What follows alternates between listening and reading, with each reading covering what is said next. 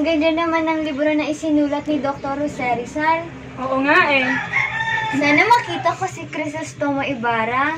Ako nga, sana makita ko si Maria Clara kasi ang ganda niya eh. Ito ba yung librong sinasabi nyo? Ang Noli Me Tangere? Oo, ang Noli Me Tangere. Oo nga, ang ganda ng librong ito. Gusto ko nga rin makita si Sisa, pati na rin ang kanyang mga anak na si Crispin at Basilio. Ika, basahin natin.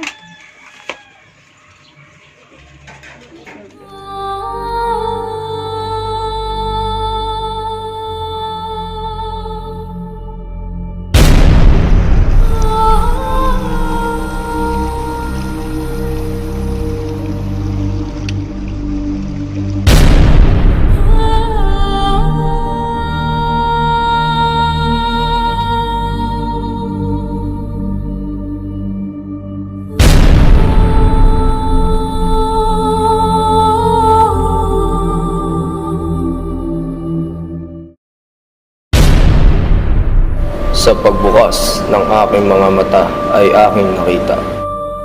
Nakita ang pagmamalabis at pang-aabuso sa kapangyarihan ng mga nasa katungkulan. Nakita ang paghihirap, pagmamahal at paglaban. Paglaban ng mga individual para masunod ang pagbabagong kanilang hinahangad.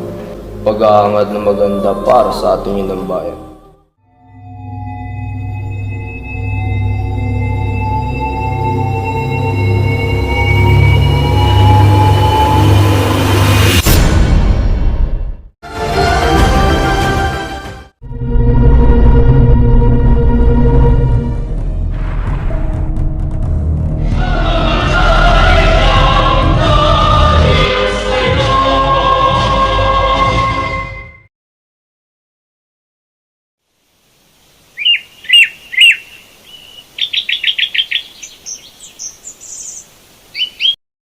Mahal kong Maria Clara, hay, nagkakakilig.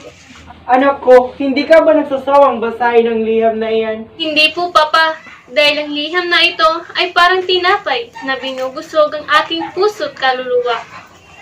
Kailan po kaya siya babalik? Anak ko, huwag ka sanang mabibigla. Bakit po, Papa? Si Ibarra, babalik na ng Pilipinas. Ha? Talaga po? Sabihin niyo po, Papa, na hindi ako nananaginip. Hindi ka na nanaginip, anak. Ngunit ang kanyang pagdating ay sa susunod na linggo pa.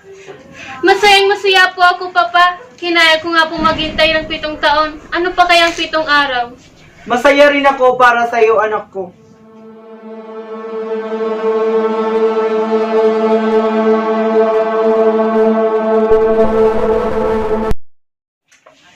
Mga mangmang talagang mga Indio.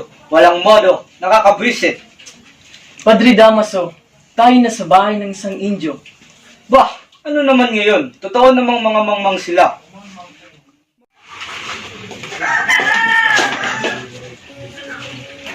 Magandang gabi sa inyong lahat. Awan ko ng Diyos. Awahan ka ng Diyos. Ikinagagala kong ipakilala sa inyong lahat ang anak ng aking yumaong kaibigan. Siya si Crisostomo Ibarra. Magandang gabi po sa inyong lahat. Padre Damaso, isang matalik na kaibigan ng aking ama. Isang matalik na kaibigan ng aking ama. Narinig ko, hindi ako bingi at hindi ko kailanman naging kaibigan ng iyong ama. Ganun po ba? Ikaw ang anak ni Don Rafael Ibarra. Hindi po kayo nagkakamali. Maligayang pagbabalik galing sa Europa. Kilala ko ang iyong ama. Tama na muna ang pag-uusap dahil nakanda na ang hapunan. Ano ba naman ito, Secretary Tiago? Hindi man lang ako itinilala sa mga babae. Ganun gabi po, ako si Crisostomo Ibarra.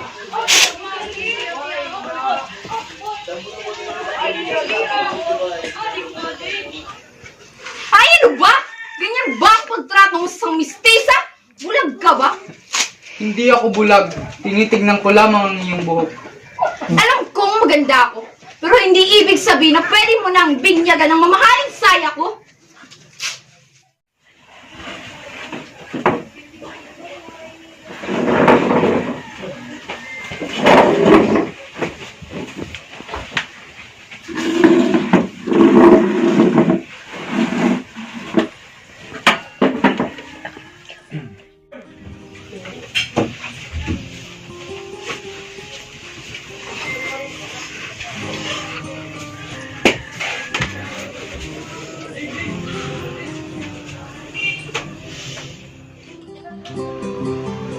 Kailan ka ba pumunta sa Europa?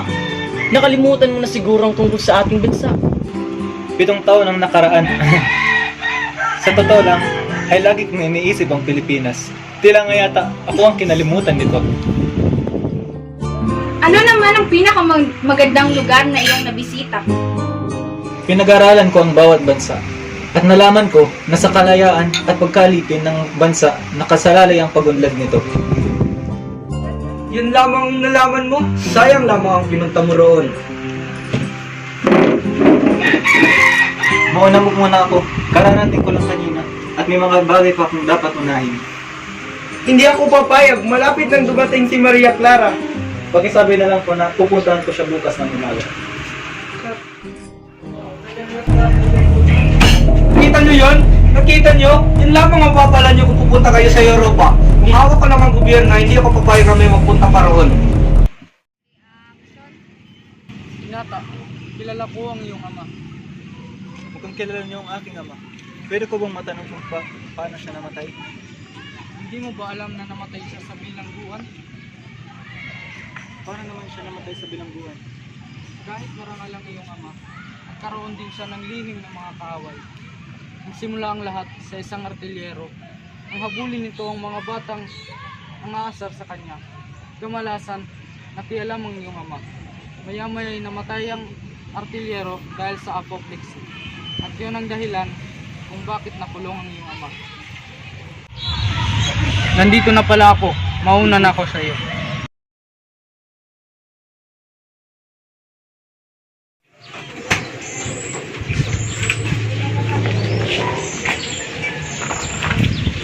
Crisostomo, sa dinami-dami ba ng babae, hindi mo ba akong nakalimutan?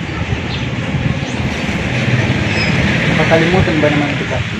Wala akong kapangyarihan na ikay hindi isipin. Sa tingin ko, ang aking poetic incarnation ay walang ibang ikaw.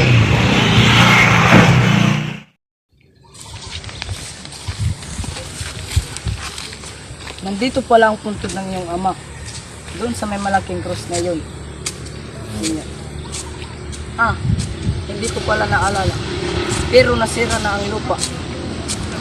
Nasaan na ang puntod na may malaking cross na may marong tumutubong mga bulaklak? Yung course na sinunog ko? Sinunog? Bakit? Dahil inutos siya ng padre. Siguro naman, maituturo mo sa amin kung nasaan ang puntod. Wala na doon ang bangkay. Anong sinabi mo? Tanga ka ba? Isang taon pa lang yung nilibing ko doon. Nagtusan lang ako ng padre. Sabi niya daling ko daw sa cemetery ng mga check. Ginawa mo yun? Hindi ko siya inilibing sa cemetery ng mga check. Buti naman at hindi mo yun ginawa. Umulang kasi nung kaya itinapong ko sa ilog. Napakalaki mong inutil! Leche! Walang hiya ka! Wala kang karapatan gawin yun sa aking ama. Bitiwan mo ako. Hindi ako nagpakulos sa kanya. Hindi iyon. Ipinahukay mo siya at ipinalipat sa ibang sementeryo. Ano? Hindi ako nag-focus sa kanya. Kung hindi ikaw, sino? Padre Jamas.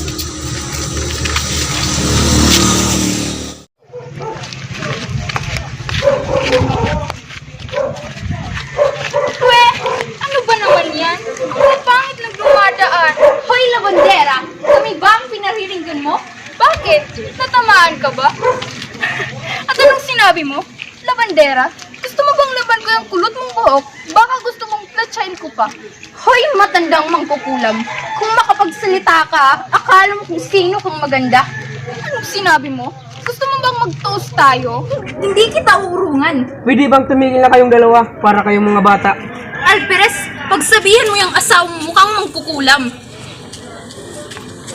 Kung hindi ka lang isang babae, tayo na victory na. Wala tayong mapapala sa mga iyan.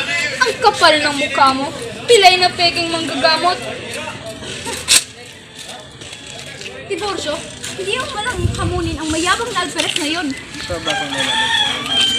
Ikaw, Alfonso, binabalaan kita. Pag hindi mo sila hamunin, hindi ka makakasal kay Maria Clara. Magpahinga muna tayo, Crispin. Magkano ba ang kita mo ngayong buwan, kuya? 2 piso, bakit ba? Nais ko pang bayaran mo ang sinasabi nilang ninakaw ko. Sira ka ba, Crispin? Di ba 32 piso ang binibintang nila sa iyo? Kahit magtrabaho pa ako ng isang taon, hindi ko mababayaran yan. Ngunit wala po talaga akong ninakaw. Wala akong ninakaw. Kuya, kapag nalaman to ng inay, natatakot ako. Tahan na, Crispin. Hindi rin naman maniniwala si inay. Tahan na. Huwag kang mawala ng pag-asa.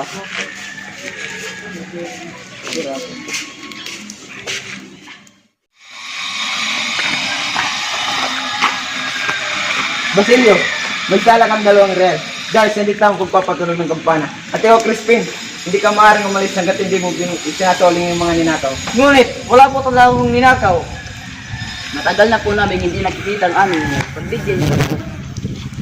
Kuya, Tulungan mo ko.